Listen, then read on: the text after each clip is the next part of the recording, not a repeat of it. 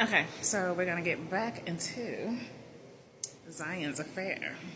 So this will be part 4, and it's presented to you by the House of Rakiah's Written Works, and of course, told by Rakiah Johnson. All right, so we left off with Zion and Malcolm Marcus.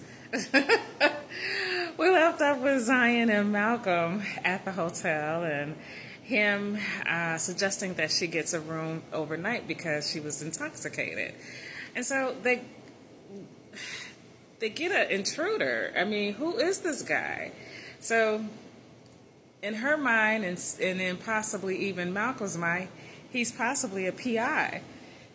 But I guess we'll have to see who he really is. So, and then we left off with her knocking on Malcolm's door that next morning because, after her spending the night. So we're going to start there. Zion kept knocking on the door, but there was no answer, so she pulled her phone out of her purse and she dialed his number. She could hear the phone ringing from inside the room, but where was he? Maybe he's in the shower. So she said, okay. So she hung the phone up and she said, hey, it's me, Zion. I'm outside your door and I can hear your phone ringing. How about I meet you downstairs in the lobby? As a matter of fact, I'm going to go get some continental breakfast and I'll just meet you in the dining room area. And that was that. She gets on the elevator, heads downstairs to the breakfast area. 15 minutes passed, still no Malcolm. 20 minutes passed, no Malcolm. So she had already had breakfast and everything. She was sipping her coffee, sitting there looking out the window, and she saw the man, Bobby, staring at her through the window, and he was getting in his car. He was putting his suitcases in there. She just watched him. And then he turned around and he looked at her, and they looked dead, locked in eye contact. And then she shook her head, and so she looked at her phone to see if she had any missed calls or messages or anything from Malcolm, but there was still nothing. So she went up to the front desk and said, hey, she said, my friend got me a room here last night. He's here for a convention. He's an attorney. And she said, he actually got my room right next door to his, but he hasn't responded this morning. And I was just kind of concerned. She said, is there any way someone can do a wellness check? And so the front desk agent said, oh, sure. What's his name? His name is Malcolm Turner. And, I'm just concerned now. Maybe he had a function this morning and just didn't let me know. I'm not sure, but I heard his phone ringing on the inside of the room. She said, don't worry, ma'am. She said, sometimes people oversleep. He could have been in the shower. You just never know. She said, yeah, you're right. So the attendant went ahead and dialed the room, and it's just ringing. So she looked at Zion, and she just smiled.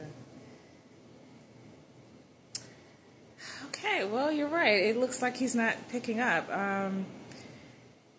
She said, if you want to wait, we can have someone go up and check to see if he's there. And well, yeah. If it's okay, can I accompany them to go? Yeah, absolutely. So she radioed security. Hi, I have a guest on room 3607. Is there any way someone can accompany this young lady upstairs just to do a wellness check to see if the guest is okay? Because we've been trying to reach him. Okay, great. Thank you. He should be here in just a few minutes. Zion just looked around and she started to get a little concerned. She's like, where is Malcolm? It's kind of odd. Like, why would he not answer his phone. And yeah, well, maybe she couldn't think about what it could have been. So finally, the security guard shows up, and he said, "Hi." He said, "I'll go ahead and escort you upstairs, ma'am." Thank you so much. And so they head to the elevator, and they push the 36th floor, and they mosey on up there, and finally the door opens, and they walk up to the room, and security immediately begin to knock. "Hello, security, security." Nothing. He did it again. "Security, security.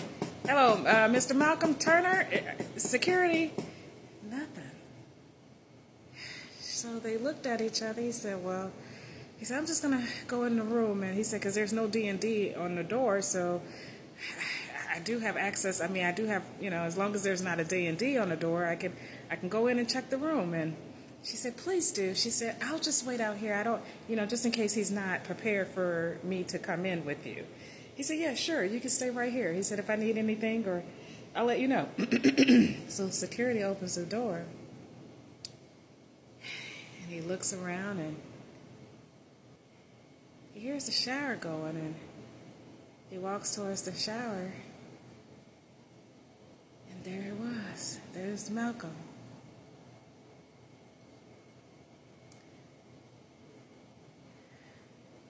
Malcolm that came to a demise.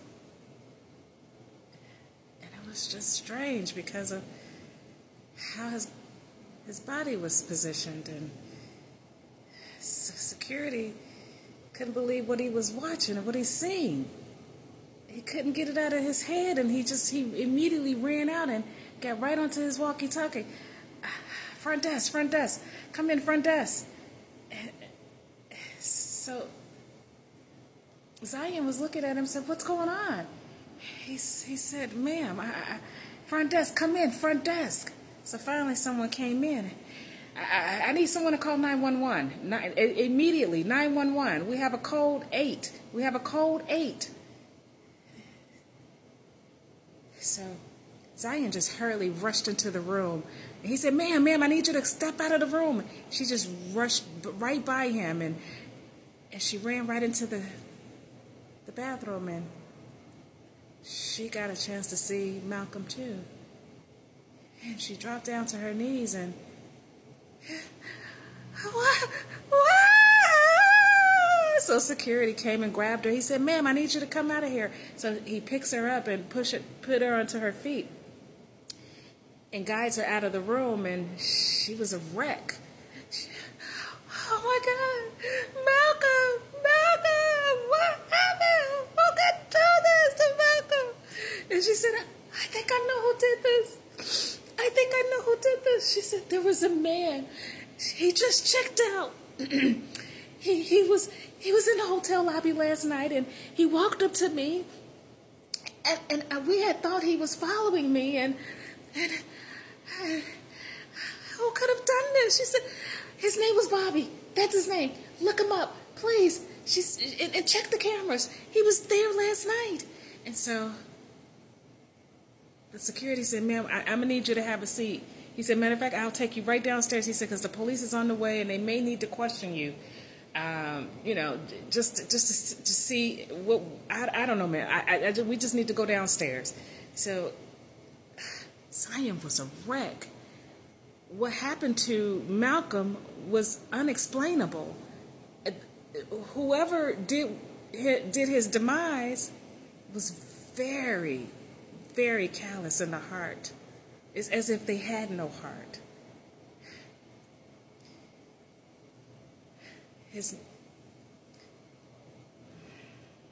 The things that were missing off of him were just unbelievable. And it's like, how could someone have done that to him? He was such a good person. That was her best friend. So Zion ended up in the lobby, and she was just a wreck, and she was so nervous, and she was just looking around because she had no idea who it could have been. The only thing she can think of was either Steven or this guy Bobby that